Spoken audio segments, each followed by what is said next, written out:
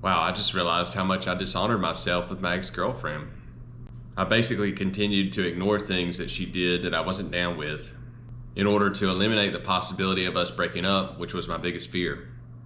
There were things she did with her ex while we were together that I wasn't okay with, but I let it go without saying anything.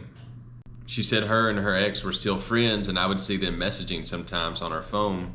It bothered me, but I would play it off that it didn't. Instead of telling her straight up that I didn't feel comfortable with her texting her ex, I would stay silent or ask a question like, "Oh, how's he doing?" Knowing that I don't care how he's doing. I'm only asking to pretend like it doesn't bother me, because I felt like if I let her know it bothered me, it could create conflict, which could lead to us breaking up, which was my biggest fear. She would even see her ex when she would go back home sometimes. They would get together and have a few drinks or whatever. She would tell me about it, and I really didn't like that she did that, but I would go on like it didn't bother me, continuing to ignore and push down how I really felt. She even told me they ended up getting drunk one night and ended up making out. Normally this would have really set me off, but I had actually done the same thing during our relationship. I got drunk and made out with a girl one time, but I never told her about it because I knew she would never find out, and I didn't want to tell her. So I played it off like I didn't care and it was fine. So there were things I was hiding in our relationship, which is where my lack of trust in her stemmed from. And instead of me admitting where I had done wrong, I wanted to catch her in the act and place all the blame on her. So one way to keep the upper hand was to go through her phone while she was sleeping at night, or if she left her phone at home while she was gone.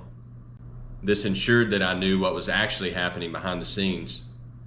I was basically waiting for the moment to catch her in the wrong. That way I had somewhere to place the blame and cover up the things I was hiding. Then one day it happened. I realized, based on the messages, that my girlfriend and her ex had hooked up and she cheated on me with him. I couldn't believe it. I was in shock. But at the same time, I was kind of excited because I knew that this had erased anything that I had ever done in our relationship. But my mind was still running like crazy. I was just thinking, man, if I had spoken up sooner or stood up for myself and expressed how I felt about them messaging each other, maybe this would have never happened. So now I had to figure out what to do. The honorable thing to do would have been to confront her about it and end the relationship, because I knew I shouldn't allow anyone to treat me that way. But I wanted to use this whole situation against her, to not only get what I wanted, but to also make myself appear to be the better person. So I decided to hold it in. I couldn't say anything to her yet because my plan was to get even with her. I wanted to cheat on her because I wanted her to feel the same pain I was feeling. I thought I could avoid feeling the pain this way because I thought if I cheated on her, then it would take the pain away from me. Not only that, I could also blame her for me cheating on her.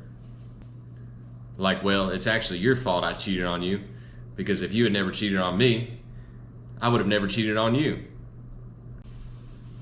So my girlfriend was leaving on a work trip the next week, and it was the perfect time to carry out my plan. I also wanted to see what my girlfriend was doing on her phone while she was gone. So without her knowing, I rigged up some software on her phone so that everything from her phone would be displayed on my phone. All I had to do was open an app and I could see everything she was doing on her phone. It felt pretty shady to do something like that. I had never done anything like that in the past, but I didn't care. I just wanted to know if she tried to hook up with guys on her work trips. So she left on her trip and it was time to take action. I already knew what I wanted to do. One of her best friends had always had a thing for me, and they had just gotten in a fight and weren't speaking. So I texted her friend and I just told her what was up. I told her that my girlfriend had cheated on me and I wanted to get even by cheating on her. Her friend wasn't into it at first, so I emotionally manipulated her by saying, "Don't you want to get even with her too? She went behind your back and did this, this, and this. Don't you want to get her back for that?" She eventually agreed, and so I cheated on my girlfriend with one of her best friends while she was out of town. Then I was also seeing that as soon as my girlfriend arrived to her destination, she had downloaded Tinder on her phone and was actively messaging dudes to meet up. So then I had to download Tinder and had to start messaging girls. Otherwise, I could feel myself getting angry and jealous. It's like I had to do everything she was doing just to avoid the pain I was starting to feel. So I waited all week till she got back home. I acted like I was excited to see her. Really, I couldn't wait to call her out for cheating on me. I had taken a picture of the messages I saw about her sleeping with her ex with my phone. I didn't want her to know I had used a software to see everything she was doing on her phone. That actually could have landed me some jail time. So later that evening, I told her I needed to show her something. I showed her the picture of the messages where I saw she had cheated on me with her ex. And I told her, "I know you cheated on me with your ex." She got really upset, and instead of breaking up with her, I decided to stay with her. Now that I had cheated on her, and she didn't know about it, I felt like we were even.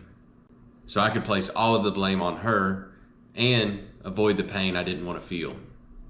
But I played it out like I didn't know if I was going to stay with her or not. I wanted to emotionally manipulate her by making her distressed and anxious. Then after a few days, I told her I decided I would stay with her. After a couple of weeks, we actually both ended up with an STD. I didn't know if it was from another guy or if it was with her friend I hooked up with. I immediately blamed it on her. That's when I told on myself and told her I had enabled a software that allowed me to see everything on her phone. And I saw that she was using Tinder to meet up with guys on her work trip. Then she got pissed and threatened to sue me because what I did was illegal. I continued to blame it on her. That if she had never cheated on me in the first place, I would have never installed software on her phone to see if she was still cheating on me. And clearly she was. Not long after, we ended up splitting up. So the end result ended up being the exact thing that I was trying so hard to avoid. By dishonoring myself, I dug myself deeper and deeper into a hole. From the beginning, if I had just accepted that she wasn't over her ex and walked away from the situation, then I wouldn't have dishonored myself by going against my own values, morals, and standards, which were never to cheat on someone. But I did it to teach her a lesson for harming me by having casual sex with someone with no connection just to cause the same pain. I used techniques like emotional manipulation to cause pain in a person, to get them back for what they did to me.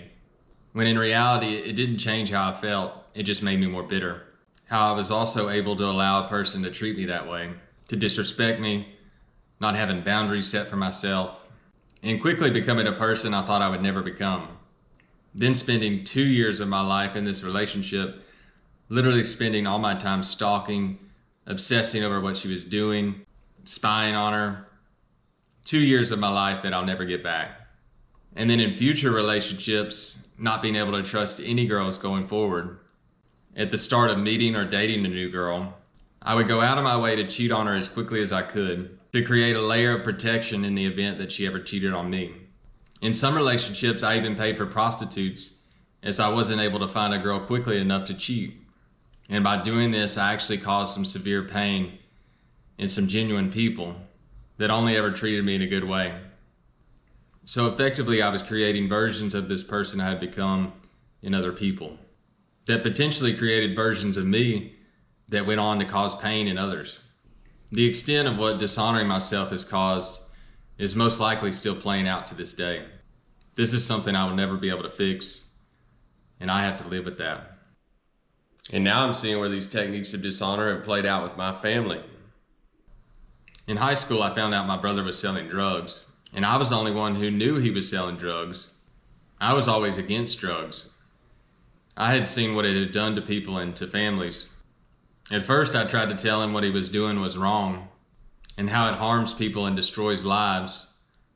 He wouldn't listen to me. One time my parents found the drugs and they asked me about it.